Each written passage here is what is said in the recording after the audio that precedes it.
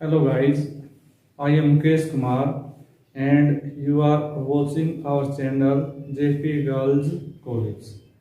Guys, आज की class में हम एड और बोफ डिग्री के ऊपर डिस्कस करेंगे। इससे पहले हमने एड और बोफ नंबर के ऊपर डिस्कस किया। सो गाइस, देखिए क्या होता है एड और बोफ डिग्री। एड और बोफ डिग्री को हिंदी में परिमाणवाचक क्रिया विशेषण कहा जाता है।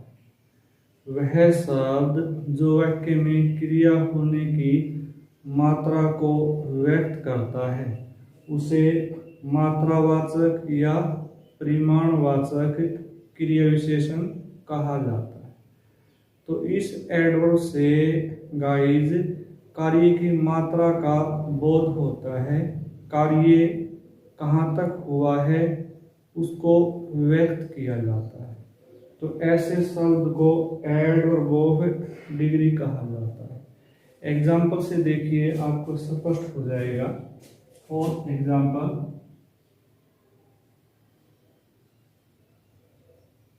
Rohan is very brave. Look this sentence guys, Rohan is very brave. इस वाक्य के अंदर जो वेरी शब्द है ये क्या है? एड और बोफ डिग्री है। क्यों?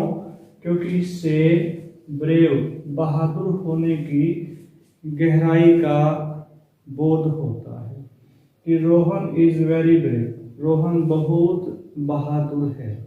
तो यहाँ पर ये एडजेक्टिव को मॉडिफाई करता है और उसकी मात्रा को व्यक्त करता है। तो इसे आप क्या कहोगे? एड और बोफ डिग्री कहोगे। इसी प्रकार से गाइस अन्य एग्जाम्पल में देखिएगा, जैसे the work is almost completed।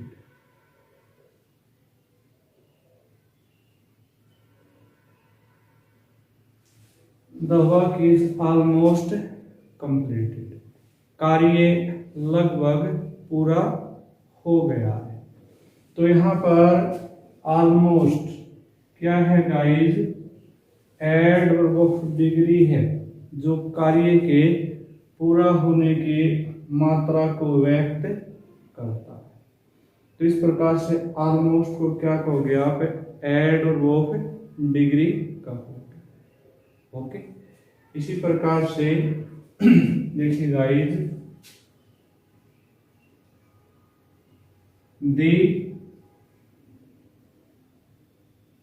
information is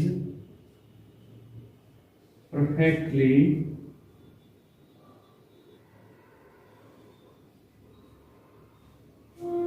true। The information is perfectly true कि जानकारी पूरी तरह से सही है, सत्य है। तो यहाँ पर इस वाक्य में ध्यान दीजिए गाइस, जो परफेक्टली शब्द है पूरी तरह से, ये क्या है? एड ऑफ डिग्री है जो सत्य होने की पूर्णता को व्यक्त करता है, उसकी मात्रा को व्यक्त करता है। तो इस शब्द को आप क्या कहोगे? एड ऑफ डिग्री कहोगे।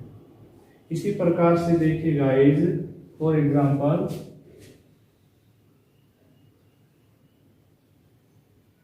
she is rich enough।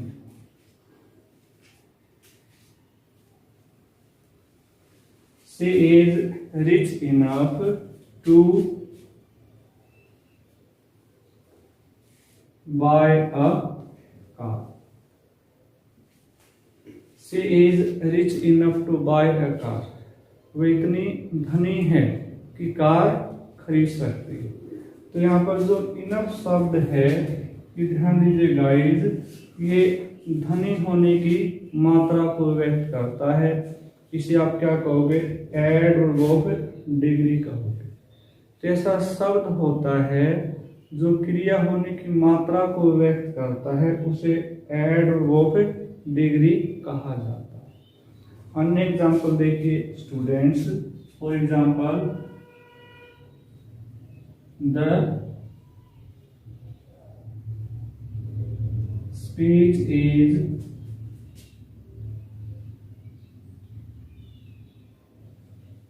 fairly interesting.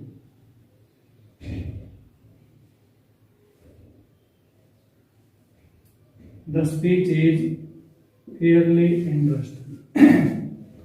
भाषण अनुकूल रूप से रुचिकर है। तो यहाँ पर रुचिकर होने की अनुकूलता को व्यक्त किया गया और ये मात्रा को दर्शाता है।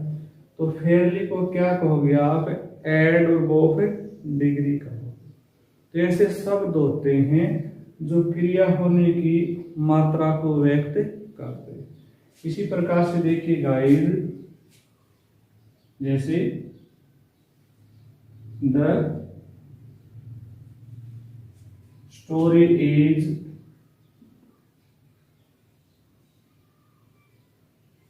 Rather boring. The story is rather boring. कहानी प्रतिकूल रूप से निराश करने वाली। तो यहाँ पर ध्यान दीजिए गाइस, जो रेदर शब्द है ये क्या है?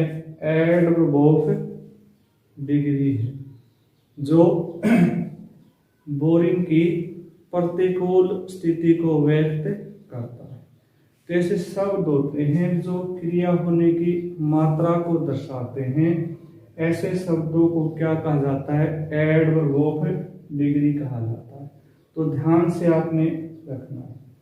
एक बात और ध्यान रखना गाइस, जो फेयरली शब्द है ये वाक्य में आप जब भी यूज करोगे तो ये हमेशा ही पॉजिटिव सेंस में यूज होगा। ये हमेशा ही पॉजिटिव सेंस के अंदर आपने यूज करना है, ये ध्यान रखना है इस बात को। अब देखिए यहाँ पर the speech is fairly interesting. Interesting क्या है? यहाँ पर पॉजिटिव भाव को व्यक्त करता है, तो इसके साथ अनुकूल रूप से रुचिकर हो। इसी प्रकार से जो रेदर शब्द है ये नेगेटिव सेंस में यूज होगा, ये ध्यान रखना है आपने। ये क्या है? नेगेटिव सेंस के अंदर आपने इसको यूज करना। जैसे the story is rather boring. कहानी प्रतिकूल रूप से निराश करने वाली है। यदि आप ऐसा कहोगे, ध्यान दीजिए, the speech is rather interesting, तो गलत हो जाएगा। इसी प्रकार से the story is fairly boring, ये भी क्या है? गलत हो जाएगा। तो इस बात का आपने ध्यान रखना है स्टूडेंट। फेयरली और रेदर, इनको जब भी आप यूज करते हो ध्यान से आपने इनको यूज करना है। तो ये होता है adverb of degree. So in these examples very, almost, perfectly, enough, Fairlie, rather, ये ऐसे शब्द हैं जो क्रिया होने की मात्रा को व्यक्त करते हैं, इसलिए इन्हें आप क्या कहोगे? एडवर्ब ऑफ डिग्री कहोगे। तो ये होता है adverb of degree. Okay, I think आपको स्पष्ट हो गया। अब नेक्स्ट टाइप पे बात करते हैं। आगे आता है गाइस एडवर्ब ऑफ रीजन आता है। एडवर्ब ऑफ रीजन को हिंदी में क्या कहा जाता है? कारणवाचक क्रिया विशेषण कहा जाता है। वह शब्द जो वाक्य में क्रिया होने के कारण को व्यक्त करता है उसे एडवर्ब ऑफ रीजन कहा जाता है। तो डेफिनेशन ध्यान रखना आपने, क्या? An adverb of reason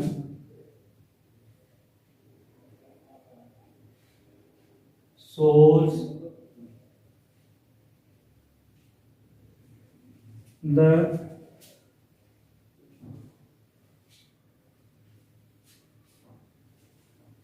reason of an action।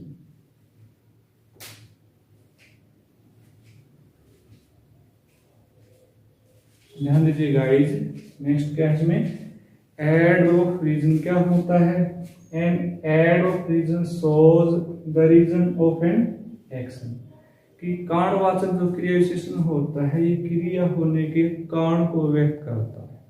तो ध्यान से देखिएगा एग्जाम्पल के माध्यम से, ताकि आपको स्पष्ट हो जाएगा।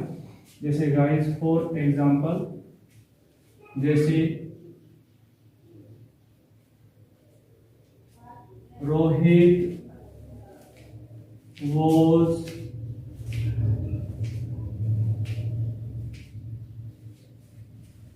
therefore fine।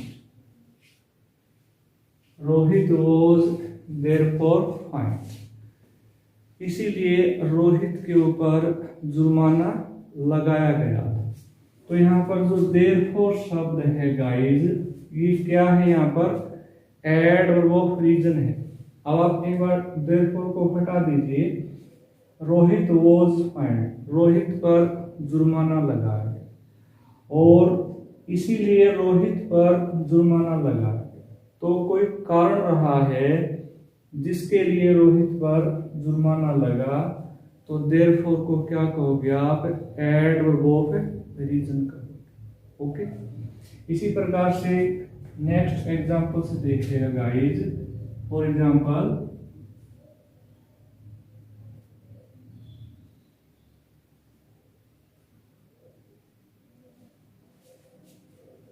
consequently she was sent to Delhi। परिणाम स्वरूप उसे दिल्ली भेजा गया। तो कोई कारण रहा जिसके परिणाम स्वरूप उसे दिल्ली भेजा गया, तो कॉन्सिक्वेंटली को क्या कहोगे आप, एडवर्ब ऑफ रीजन कहोगे। ठीक है, तो इस प्रकार से देयरफॉर, कॉन्सिक्वेंटली शब्द वाक्य में एडवर्ब ऑफ रीजन की भूमिका अदा करते हैं। एक एग्जांपल और देखिएगा, आपको इसी प्रकार से स्पष्ट हो जाएगा। I M hence, I am hence unable to bear the expenses।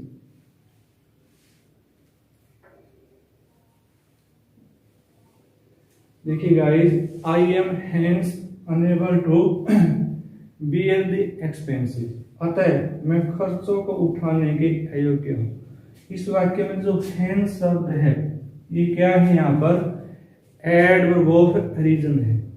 एक बार आप हेंस को हटा दीजिए, वाक्य क्या रह जाएगा, I am unable to bear the expenses, मैं खर्चों को उठाने के अयोग्य हूँ। अनेबल क्या है, यहाँ पर एडजेक्टिव है।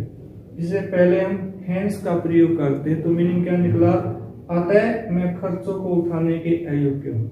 तो कोई कारण है जिसके परिणाम स्वरूप मैं खर्चों को उठाने के अयोग्य हूँ। तो यहाँ पर हेंस क्या है गाइज, एडवर्ब ऑफ रीजन है।